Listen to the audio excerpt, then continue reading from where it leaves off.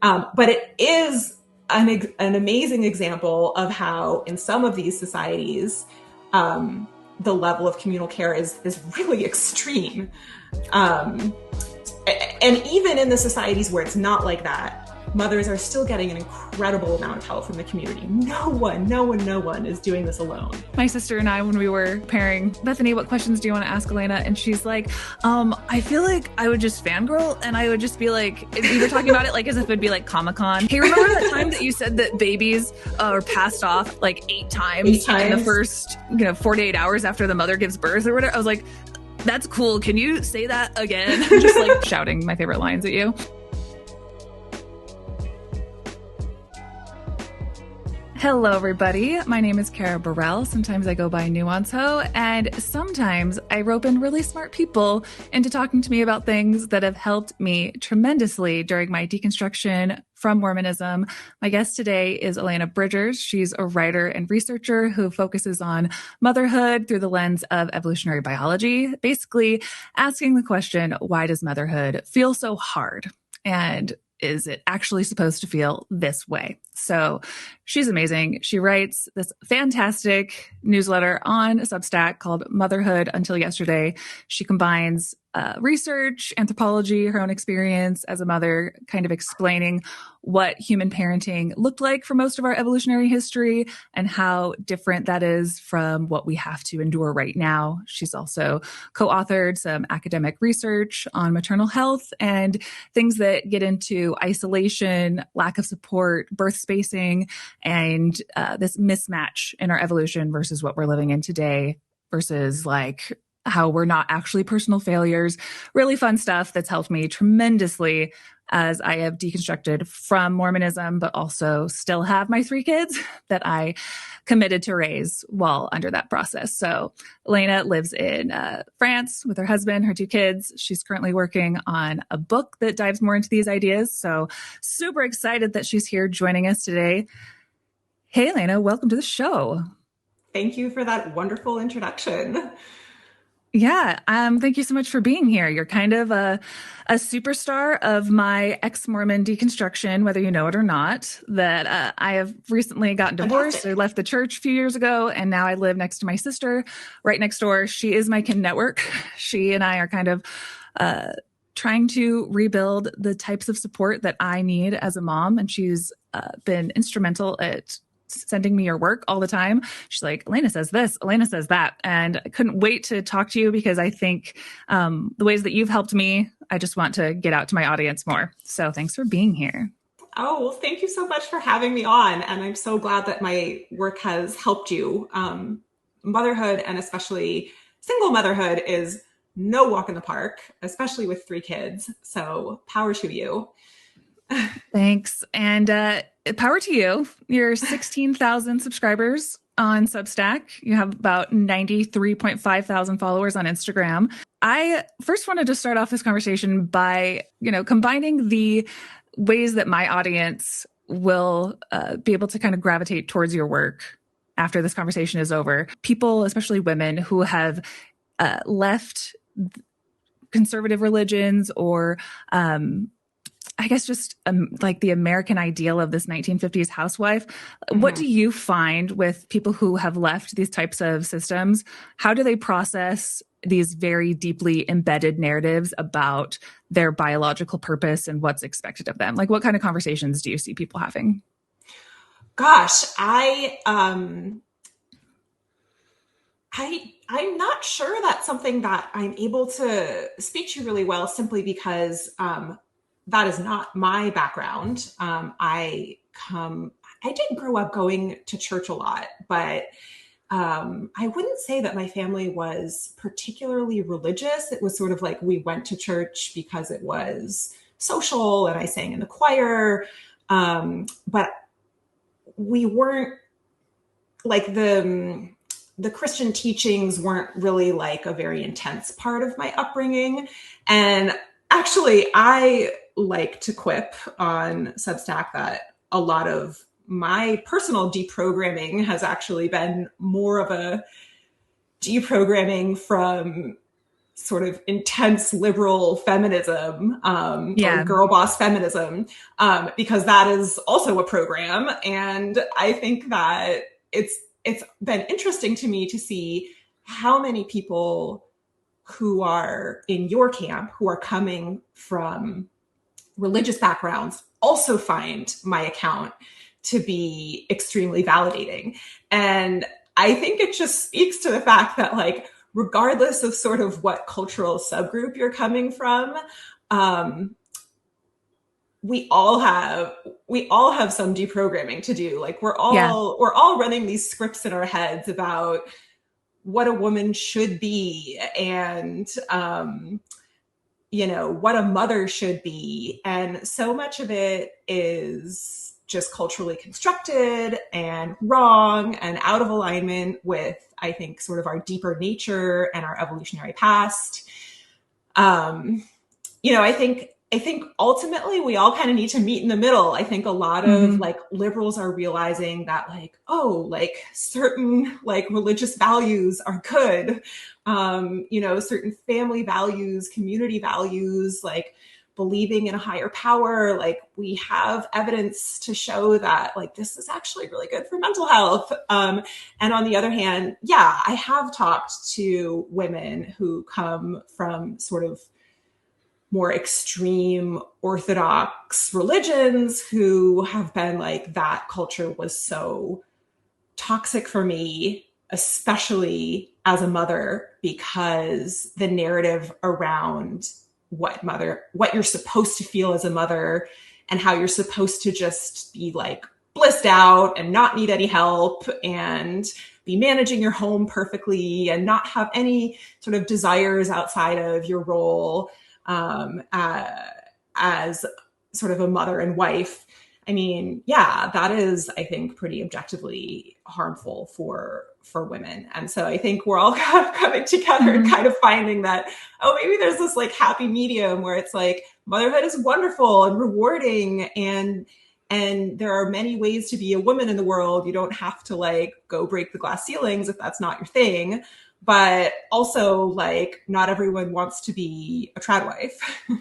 Yeah, yeah. And I think that's a great answer. As I was preparing for this interview, I was thinking about how there are going to be people in my more like liberal side of my audience who have that girl boss mentality. And we are so, um, we swing so wildly sometimes when we leave the church into rejecting just about everything that was once in the church.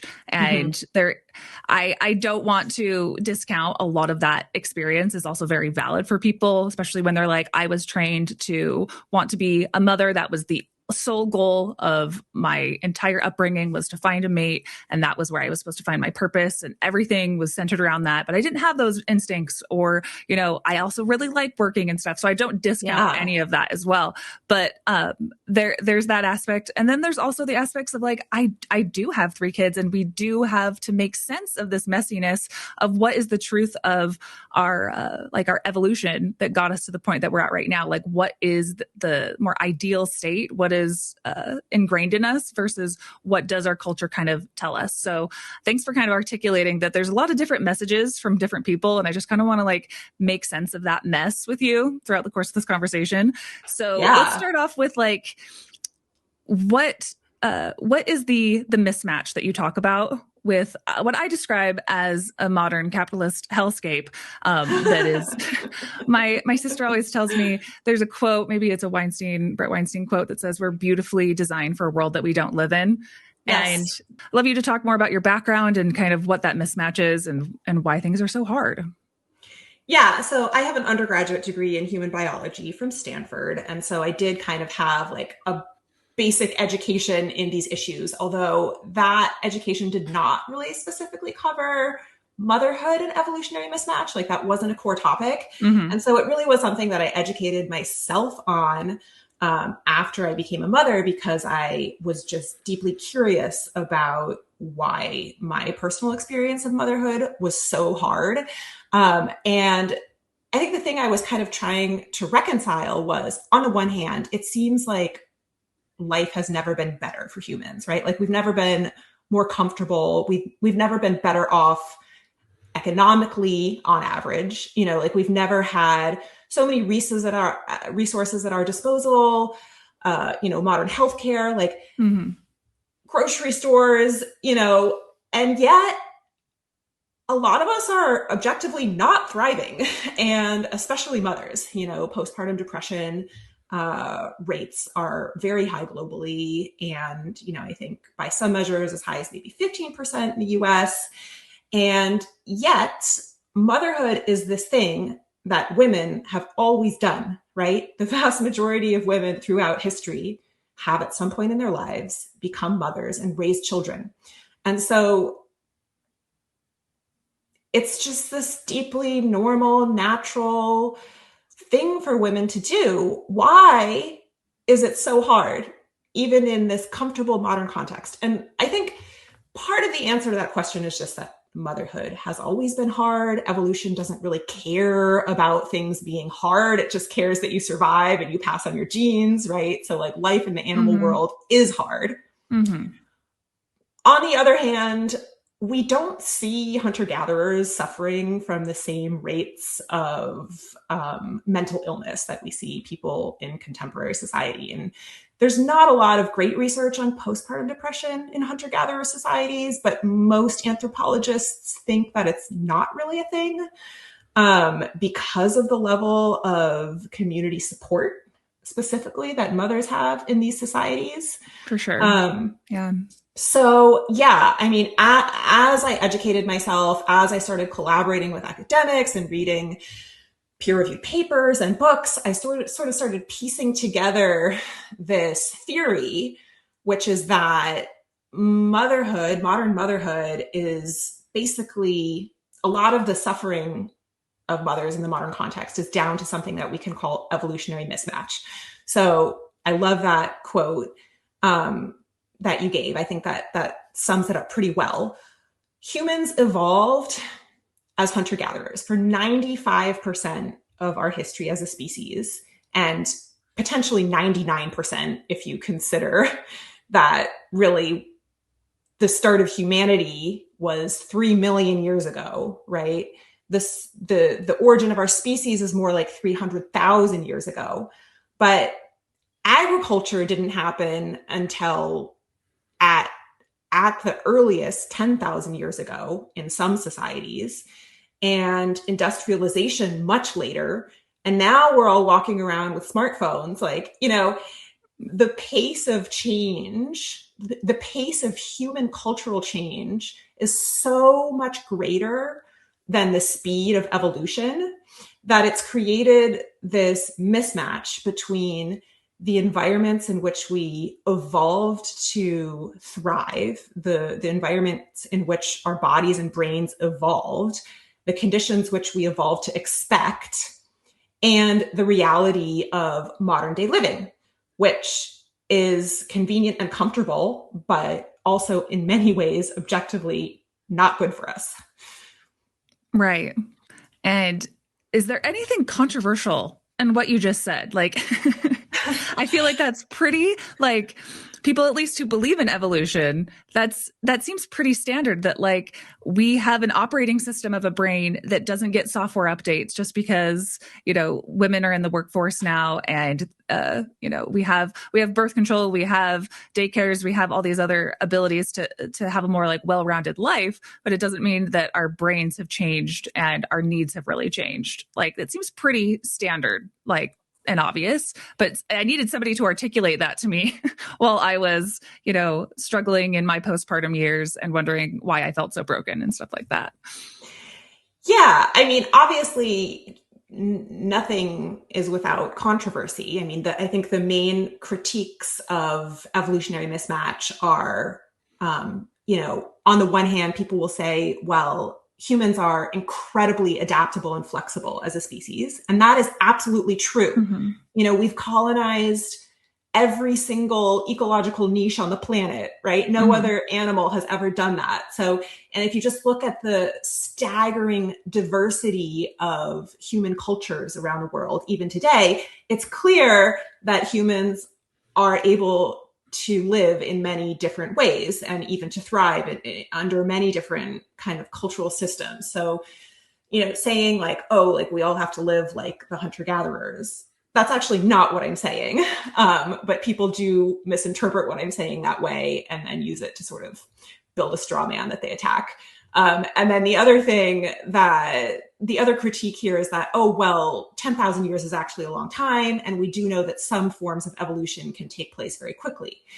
That's true for things like I wrote a piece on lactase persistence, like some populations, especially like white European populations, but also some subpopulations in certain regions of Africa and the Middle East have developed an ability to digest lactose even as adults.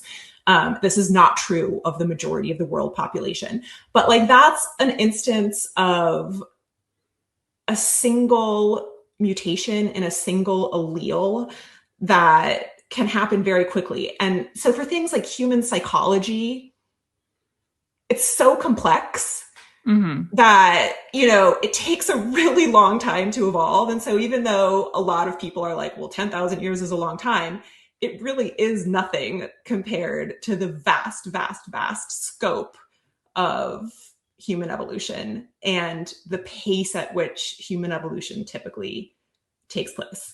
So, yes, there are critiques.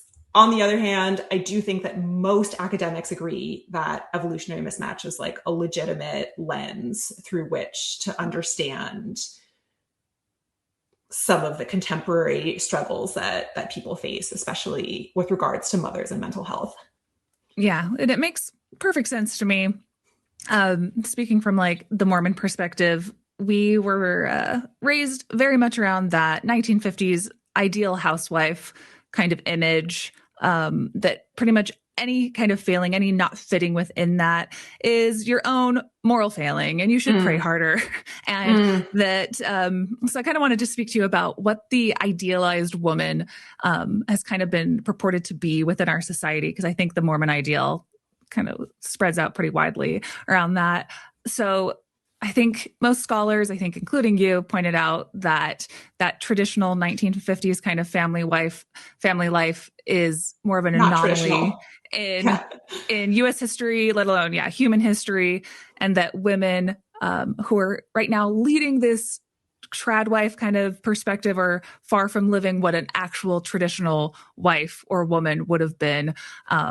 So, what kind of effect do you think that idealized trad wife perspective has had on society? How do you think it is affecting women today? Like, how badly do people kind of need to know what the wider scope of information is? So if you just want to kind of speak to that. Yeah, I mean, I like to joke that I'm advocating for a return to the real traditional wife model, which has nothing to do with the quote trad wife model. Because again, the way we lived for 95% of our existence as a species was not at all like what you see Ballerina Farm doing.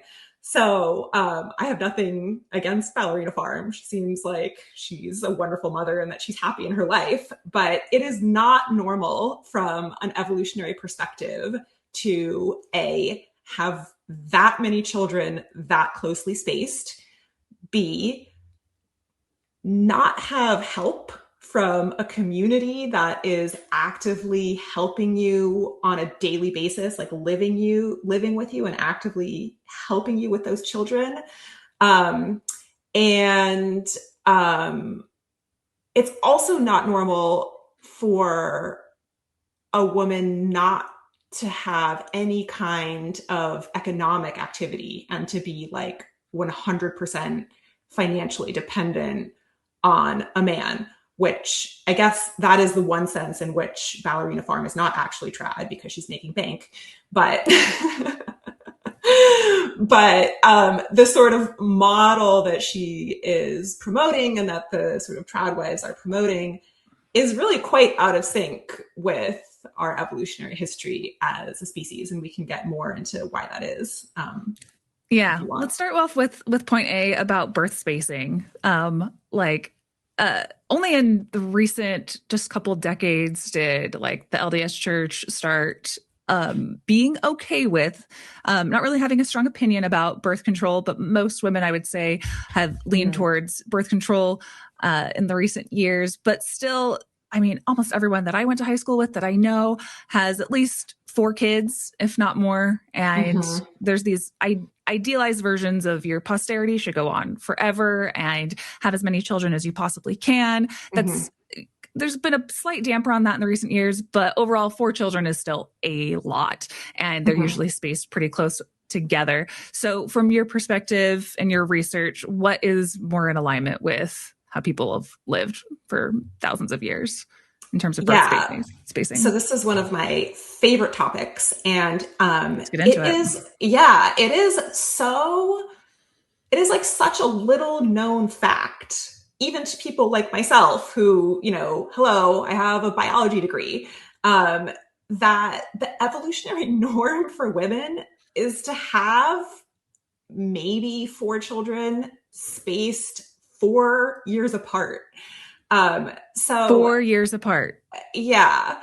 So the And reason, quick question, how did they yeah, achieve, were they doing the rhythm method, or like is I'm that gonna just get naturally there. how their bodies work? Okay, go ahead. Yeah, I'm gonna explain it. Okay, so I'm trying not to bore you with too much of the Yeah, like impossible. biology here, but basically, in our evolutionary past, um, women were not even fertile until they were like maybe 19 or 20 years old. So if we look to like data from contemporary hunter-gatherer societies, um, the average age of first birth is about 20 years old. And most teenage girls would not even get their first period until they were maybe 17. And then even It's mind after they had blowing. their period, they would go through like several sort of like non-fertile cycles before they were actually able to conceive. So even though many girls and many women in hunter-gatherer societies are actually quite promiscuous, and there are no cultural taboos around virginity in any of the hunter-gatherer societies that I've studied. So sex before marriage is fine. But most women will marry when they're like maybe quite young by our standards, probably 17, 18, 19. So before they have their first baby. And before then, they're simply not capable of becoming pregnant. And so the fact that women and girls today are able to become pregnant at like age 12 or 13 is an extremely valid reason for why we need birth control, because like people are going to have sex like before marriage, like even in the most conservative cultures we know that this Mm-hmm. happens. And teen pregnancy is bad. Like women's bodies are not ready physiologically to carry babies at that age. Even though like we've kind of tricked our reproductive systems into thinking that they're ready, mostly because of diet and exercise patterns. It also might have to do with a little bit with endocrine disruptors. But the biggest difference is that calories were scarce in our evolutionary past. And so we know this from studying like dancers and athletes, also like women who are really physically active and who have very lean body fat. And this again is not meant to like body shame anyone. It's just this fact that in our evolutionary past, people were quite thin and quite athletic. That affected women's ability to become pregnant. And so that explains both why women got their period so much later and also why the interbirth interval was so long.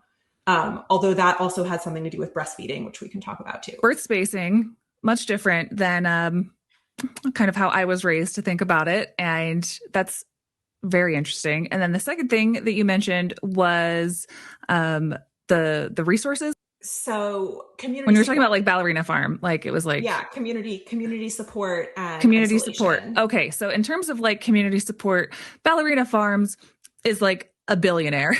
And there's the idea of everyone kind of does need a village to raise their children. And if you don't have the village, then you can buy the village. and you can hire out nannies and support. And for people who aren't able to do that, sometimes we rely on our families, we rely on our religious community. But if you want to just speak more to that, of how we use our knowledge about evolution to kind of make this hellscape more manageable right now. As many ideas and resources of adding into our kin networks and being able to spread out those resources as much as possible, because I would not be able to survive if I didn't have my sister, my family. And I'm constantly thinking in my head of how to be more friendly and outgoing with the people in my community so that we can share our kids back and forth and I don't have to do this alone. So Yeah, one thing that really shocked me about that original Times expose on Ballerina Farm was there was like a line in there saying that, you know, even though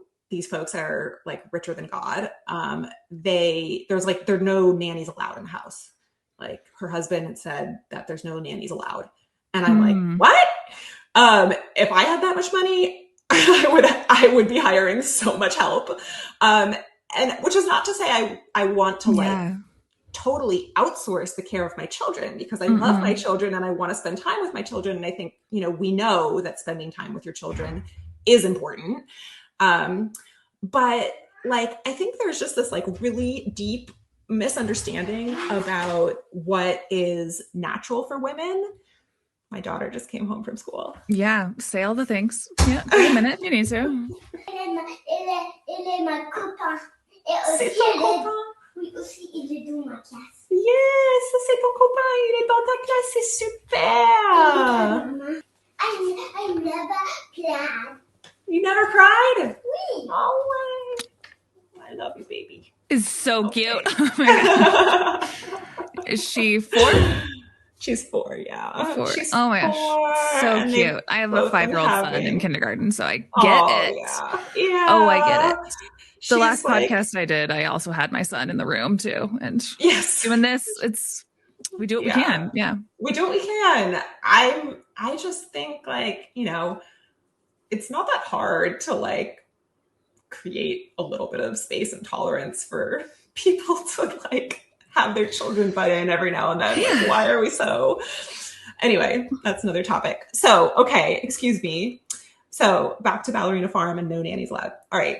So we have this terrible misconception in contemporary society that like mothers should be able to raise their children alone without any help. And that if you need help, you're somehow a failure. And that there's something unnatural about seeking help, that babies need their mothers, that they need their mothers exclusively. I mean, if you've listened to any of like the nonsense that Erica Commissar is spouting, you know, like I certainly have some qualms about like daycare where, you know, the quality is questionable and things like this. Babies are very young, right? But it is undeniably true that human mothers evolved to rely on help from community members in order to raise their children. So the way this worked for, you know, 300,000 years before agriculture was that we lived in groups of about like 25 people, related and unrelated, right? Like people also have this kind of misconception that it was like only extended kin networks. Like, yes, you sometimes did live with brothers and sisters and kin, but not exclusively, not by any means exclusively. These were mixed groups of people who were not necessarily related, but who trusted each other and who worked well together as like a functional unit, right? And so hunter-gatherers were nomadic. So they would live in these camps where they construct temporary shelters, usually like grass huts or something around a central campfire. And then they disassemble the huts and they move camp to follow resources. They do this like every, like, you know, 2 or 3 weeks in some cases. In some cases, maybe it's several months. But anyway, so they're nomadic. They live in these bands, and the housing situation is just these kind of grass huts, but they're organized around this communal shared space. And most of the time is spent in that communal shared space together. And children play with one another, and they are actively cared for. Like the youngest babies and children are actively cared for both by the older children and by the other adults. And the economic activity of hunters and gatherers is hunting and gathering. So in some societies, there is this very strict gender divide where men are mostly focusing on big game hunting and women are mostly focusing on gathering. In other societies, the divide is not as strict and men and women will go out to hunt together. But in either case, women have to go out and leave camp to gather. Like they have to forage for food, right? Like every animal. And so the question is, well, what do women then do with their children while they're foraging? And the case for the youngest babies is that women will typically take babies under 3, because typically hunter-gatherers nurse their babies until they're about 3. Will take them with them out of camp in a sling on their body and carry them while they work. But even when they're taking the baby out of camp, usually they go out to forage and gather in a group with other women and sometimes with older girls who will help with the baby while they're foraging. And then once the baby is weaned, typically the baby will be left in camp with other children. The older children will actively care for that younger child, and there will usually be at least one adult who stays in camp and who supervises they call these in multi-age play groups in the anthropological literature. So there is absolutely an evolutionary precedent for preschool, if you will, for women like leaving their babies behind in a group to be cared for while they go out to work. Like women have always worked. They've always been breadwinners. Like in most hunter-gatherer societies, women are the primary breadwinners simply because gathering is more efficient than hunting. That doesn't mean that the men aren't providing at all. They are. They're also contributing. But the idea that women are just kind of like sitting around in camp with their baby and waiting for a man to come home and bring them their food, like that never happened. Like that's never been a thing. And in some societies, the level of communal care of babies is just mind-blowing. I just did a podcast interview with a professor at the University of Cambridge who's an expert in these hunter-gatherer societies, who was saying that in some of these societies, like the level of communal care is so extreme that babies actually nurse more from women that are not their mothers than they nurse from their own mother. That like a woman will come back from foraging out of camp, and then the first thing she'll do is she'll pick up a baby that's not her own and nurse that baby. And there's like an order in which she's supposed to go around and nurse everyone's baby before she nurses her own. Now, interesting. This is an extreme example of what we call allocare. So communal parenting, which was observed in one society called the FA. That doesn't characterize every hunter-gatherer society. But it is an amazing example of how in some of these societies, the level of communal care is really extreme. And even in the societies where it's not like that, mothers are still getting an incredible amount of help from the community. No one is doing this alone, right? Yeah. So if you need to take care of something, you can. I will just tell you that my sister and I, when we were preparing, thinking about like the questions I wanted to ask you, and I was like, Bethany, what questions do you want to ask Elena? And she's like, I feel like I would just fangirl, and I would just be like, we were talking about it like as if it'd be like Comic-Con. Like I even wore, I'm even wearing a shirt from France right now because my sister just got back from France. So I'm like at Comic-Con. I'm like, hey, remember that time that you said that babies are passed off like 8 times in the first, 48 hours after the mother gives birth or whatever? I was like, that's cool. Can you say that again? I'm just like shouting my favorite lines at you. I'm so disappointed in the ways that we are expected to be in isolation and be in something that is just divergent from that type of allocare that was so common to our ancestors and so common to like other hunter-gatherer societies right now. So from your perspective then, what is your advice for people in that, if it's struggling and motherhood is just so hard and they have this disconnect, what is your advice for people to kind of rebuild anything that they can in their environment today?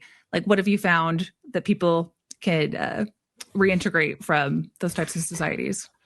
Yeah, I mean, it is a really hard question because a lot of the things that I write about, like, there's not really an easy packaged solution, you know? It's like, in some ways, I feel like the purpose of my writing is more just to like help mothers understand why they feel the way they feel and like less to sort of offer solutions. Because again, like, if you think of something with birth spacing, like, I had my kids less than 2 years apart. Like, what am I going to do about that now? Like, there's nothing I can do about it now. Like, It's I just made like, this commitment. feel okay if you need to birth space. Feel okay if you need to Yes. get X, Y, and Z. If you need care in this way. If you're feeling postpartum Yeah. depression, like, seek Yeah. I help. mean, Yeah. I think, for me, like, just knowing that it's not normal to have kids that close together sort of helped me feel less guilty, helped me feel like less of a failure. Right. So, like, with something like birth spacing, even though I have 202 and there's nothing I can do about it, just knowing that that's not the evolutionary norm actually makes me feel better, because I feel like, oh, like, I'm actually doing a pretty good job, and Yeah. no wonder it's hard, Right. And then similarly with allocare, I think, which is the sort of academic term for communal care of children. I think, yeah, just knowing that you weren't supposed to do this in isolation really has helped me let go of a lot of guilt. And also, just like with regard to school separations, my daughter is 3. She just started preschool. She's crying a lot. It's hard. The separations are hard, but I think it makes it so much harder to encourage her to go if you have this internalized narrative that you're doing something harmful because kids are supposed to really be with their mothers all the time, versus if you know that, like, there's absolutely an evolutionary precedent for mothers to be leaving their 3-year-olds behind to go do economic work. Like, we've always done this. Mm-hmm. And there's always been some level of separation anxiety. That doesn't necessarily translate into long-term trauma. Like, you got to do what you got to Mm-hmm. do. Right. Um, and then, I also am like a big advocate for communal housing projects. I think we need more communal housing setups where people have like their own apartments, but they're like around a shared common space where people Mm-hmm. just more naturally like run into each other, bump into each other, where kids can play together without it having to Mm-hmm. be this like nightmare. Like, let me like find a play date time and schedule with you Mm-hmm. 3 weeks from now, and then you get sick and we have to cancel. It's like, the logistics of modern motherhood are insane. We're not doing anything to like facilitate natural and easy social encounters. And so I'm kind of wary of this like narrative that I do see a lot sort of in my corner of Instagram and Substack, where it's like, well, just go build your community. And I'm like, how? Because so many of Mm-hmm. us want that, but it's honestly so hard to do these days because people are super overscheduled with school and work and extracurriculars, and um, the logistical work involved and just like coordinating those hangouts. Like, unless you want to go back to the church and like plug yourself into the church social Well, network. yeah, So, yeah, which, that. I mean, it's interesting about church, because having spoken to a lot of different mothers from different religious backgrounds, it does seem that there are some churches and some maybe religious subsets that are much more supportive, where it's more like community oriented and we help you and there's childcare built in, and Mm-hmm. some, and others that are not. Like, it can Mm-hmm. really go, I think, one way or the other. Yeah. um So funny you should mention that. So I left the church 7 years ago, and I'm taking a secular spirituality class right now that will eventually evolve into trip sitting for people with psychedelics, and doing secular spiritual work to kind of integrate the aspects of the utilities of religion, you could say, the utilities of spirituality, but through a secular lens. And so as part of my project for my class, I am being Mormon for 30 days, and I'm at day, um, let's see, 16 right now.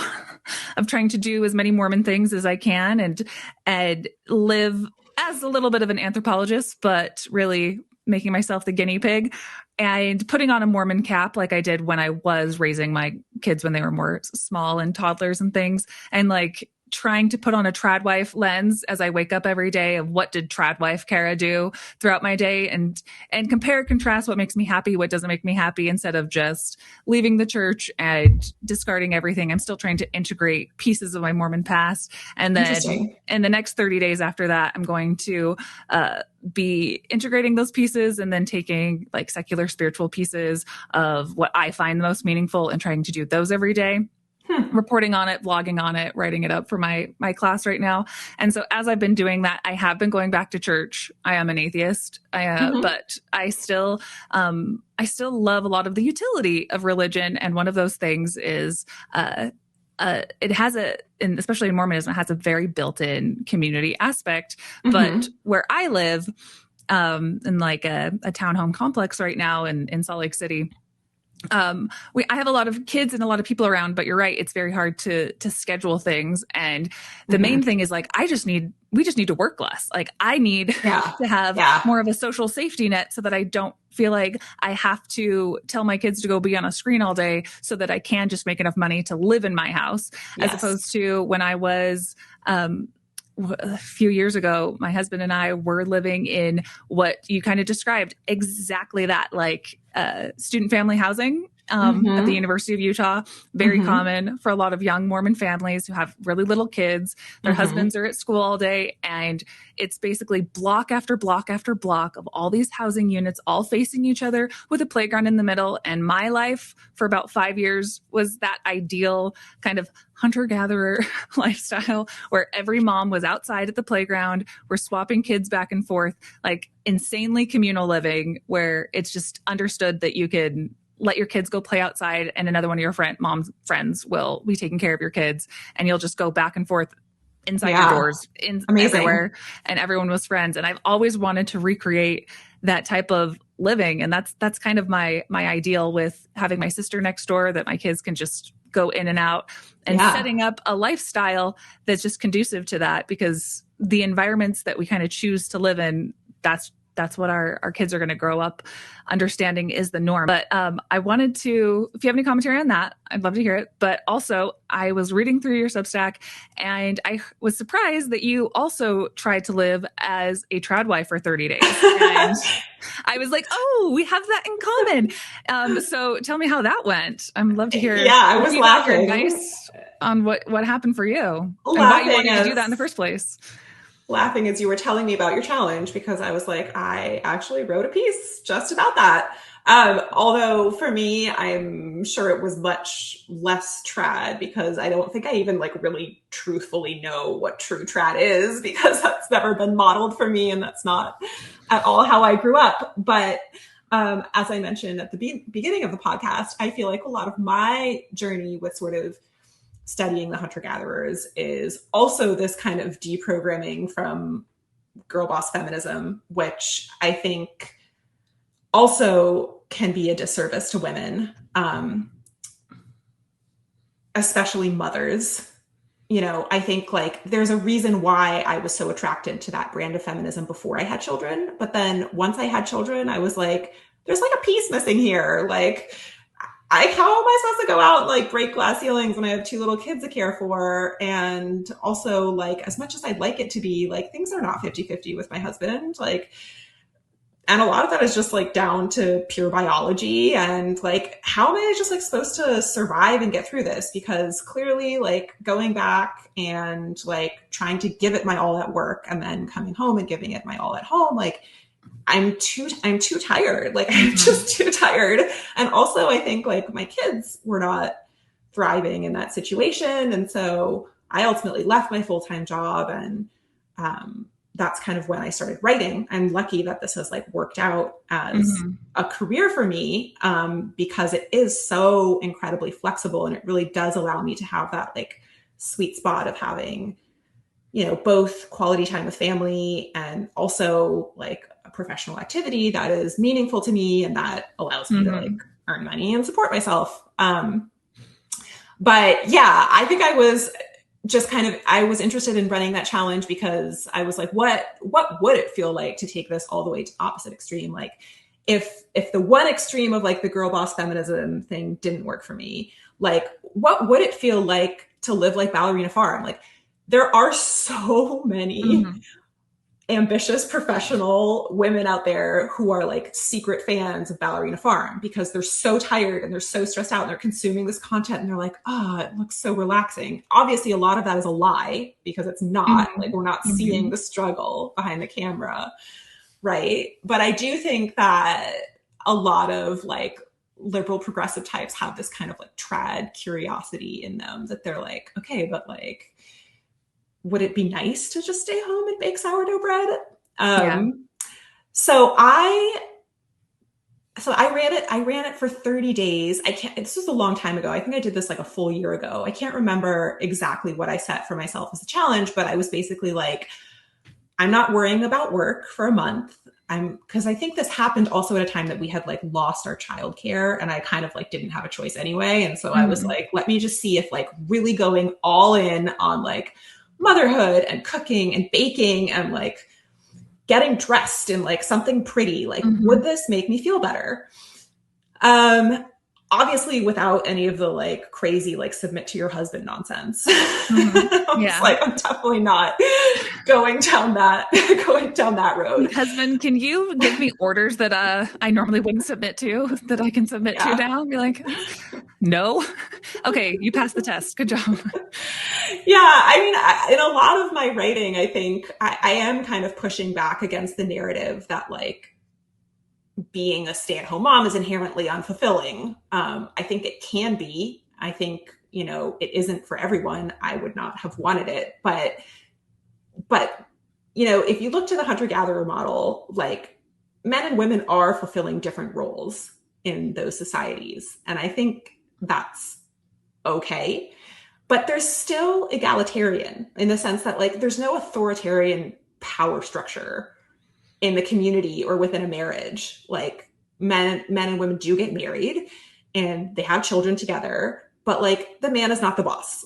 And Mm-hmm. that really was a product of patriarchy and agriculture, which facilitated the emergence of patriarchy and really didn't happen until much, much later in our human history.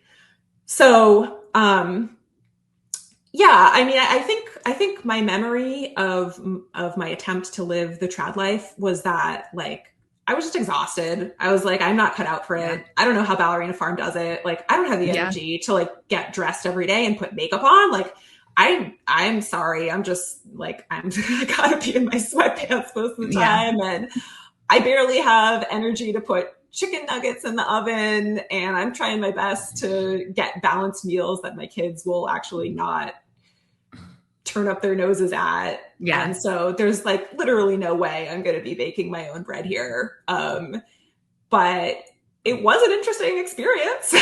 Yeah, that's kind of where I'm at too. The things that I'm learning, I'm like, there's some things that are just inherent to my personality that I do not fit well within this box. That even if like Jesus Christ came down to me and told me that Mormonism was true, I'd be like, that's nice. You're gonna have to change my and rewire my entire personality because I there's just things I can't do that are just not natural to me. But it's an interesting experiment to see what I can and can't do right now. Like Mhm.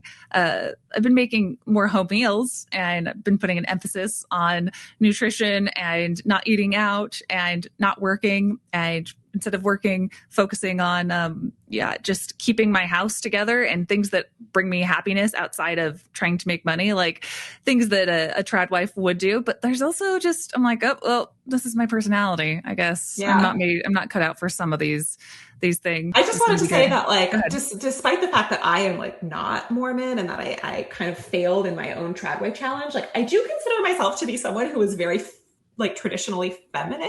And I think that's just Mm-hmm. like, I don't know if that was culturally conditioned or it's just who I am.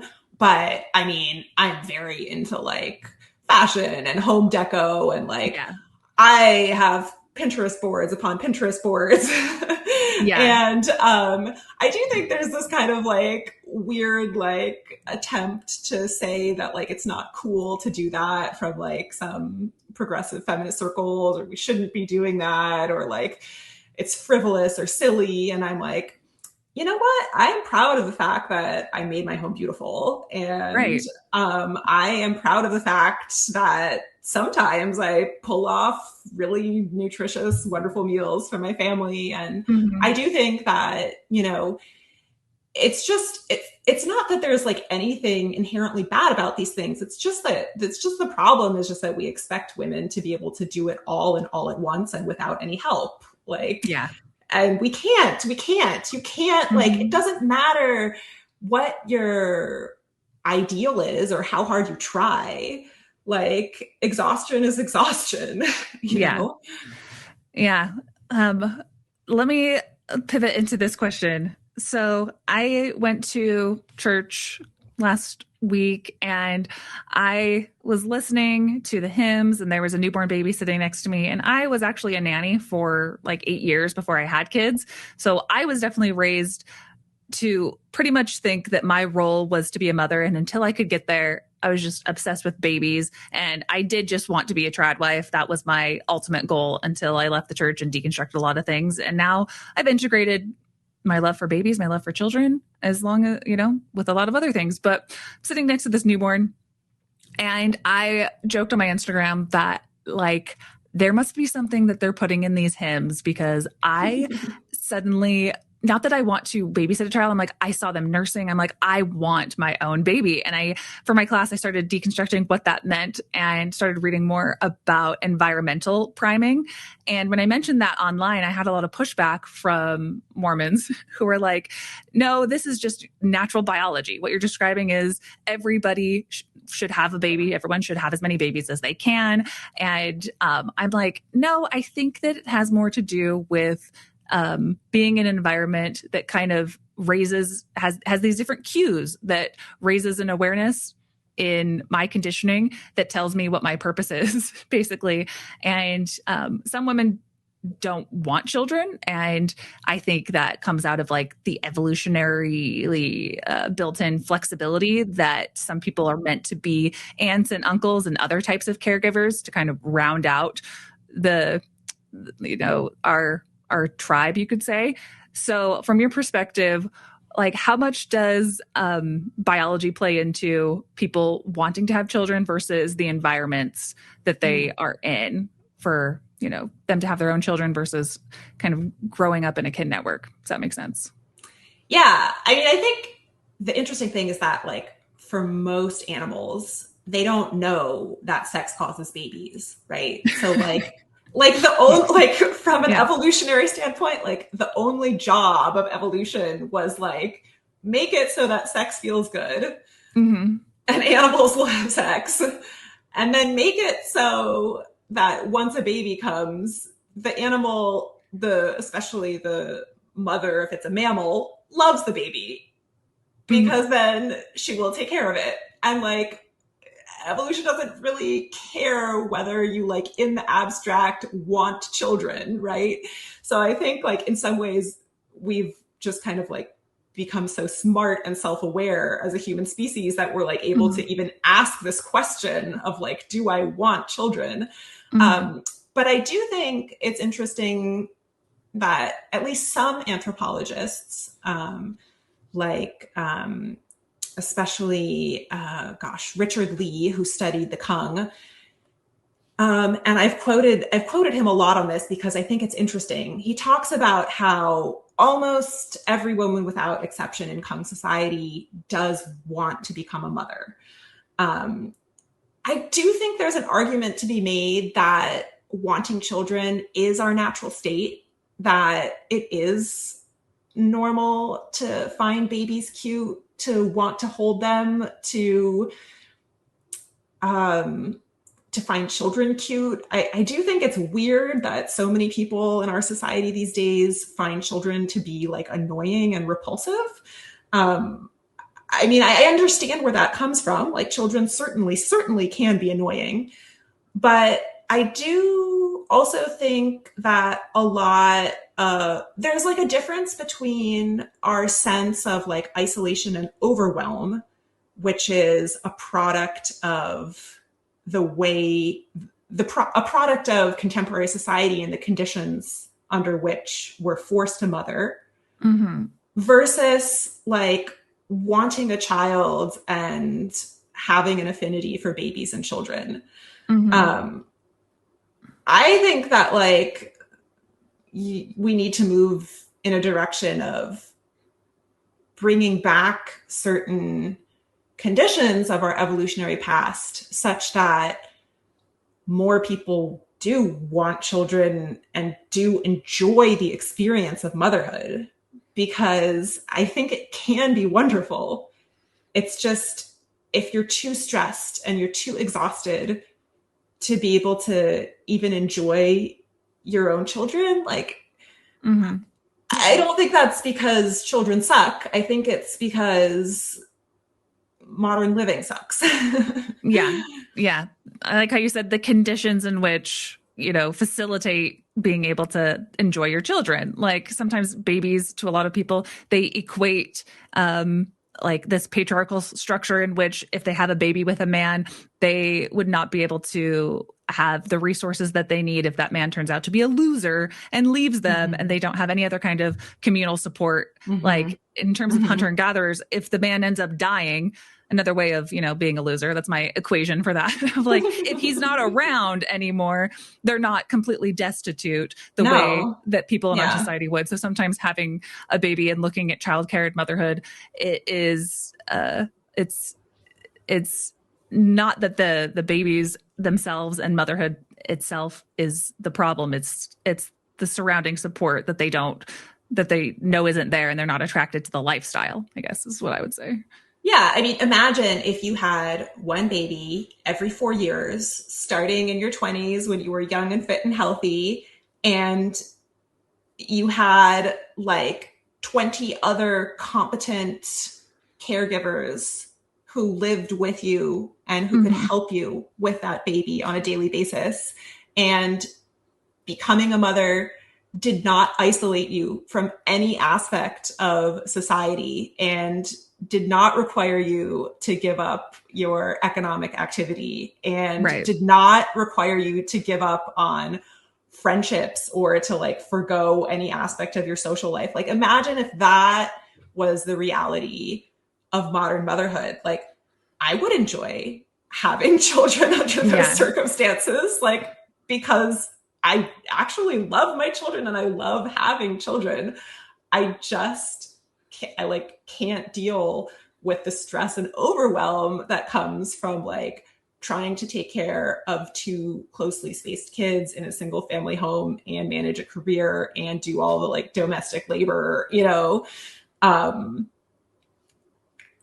it's we've just made the conditions, so it's like we've made it such a raw deal for people to have Yeah. children, and we're like, why is the birth rate falling off a cliff? Exactly. Well, Yeah, yeah. Because I think a lot about JD Vance gave a speech a while ago where he's like, I want more American babies. And this push towards pronatalism and people freaking out about the birth rate declining. And I'm like, hey, I don't want to do anything that makes JD Vance happy. But secondly, there's so many other bigger conversations to have and different policies and different ways to allocate resources so that people would want to be able to do that. But that seems to be not the conversation people want to have. They want to put the majority of the child rearing and that responsibility and that stress on women's bodies over and over and over again. yeah, But absolutely. On that note, I do have to go. I'm sorry that there were so many yeah. interruptions and that I couldn't give you more time. No, I'm well, very thank you so stacked much today. for joining me for this hour. I'll let you go. And I hope we can keep in touch. And if you have another time for another interview, if there's more questions later on that people have, I feel like we left some strings, where I'm like, people will have questions, people will have controversy in something. And I'm like, it'd be great to have you back on the podcast again, maybe in the future. Yes, absolutely. And in the meantime, if you are curious about these things and you want to go deeper, there's my Substack where I like talk about. I mean, every single topic that we've covered here, I have covered much, much more in depth in my writing there. Yeah, everyone go check So, out Elena's Substack. It's called Motherhood Until Yesterday, right? yes, correct. Yay. All right, I'll let you go. Thank Thank you so you. much, Kara. Have a nice day, not evening. I know I just started. All right. Good luck. Thanks. Bye. Bye. Super cool to get Elena in here and talk about these topics relating to motherhood. If you have any comments, I'd love to read them down below, start some conversations that way. Please go check out Elena's Substack. She does amazing work on Instagram as well. I'll leave all those links to her stuff in the description. If you guys like this type of content, please subscribe to this channel, hit the like so this video can go out to more people. If you want to follow me, Kara Burrell, I'm on TikTok. I'm on Instagram. I have a couple of Patreons, one for my Timmy Did What stuff, for my Tim Ballard stuff, but there's also one just for this type of content. Subscribing to Patreon, a couple bucks a month. It's a great way for me to be able to mother and do this stuff part-time as well. So any little bit counts. I have a donor box as well. You can set up a monthly recurring donation to keep this podcast going. Or I also have a Venmo. Thank you to everyone who's donated to this podcast. You guys make this possible. A couple bucks a month really goes a long way. If you want to get in touch, I have my email down below as well. If you have any guests or topics that you would be interested in me covering, I'd love to hear it. And I'll leave you with, again, one of my favorite quotes. We are beautifully designed for a world that we do not live in. The world might not be as beautiful as it could be right now, so go do your best to make some beauty in this world. Hope you have a good rest of your day. Thanks so much for watching. See you guys next time.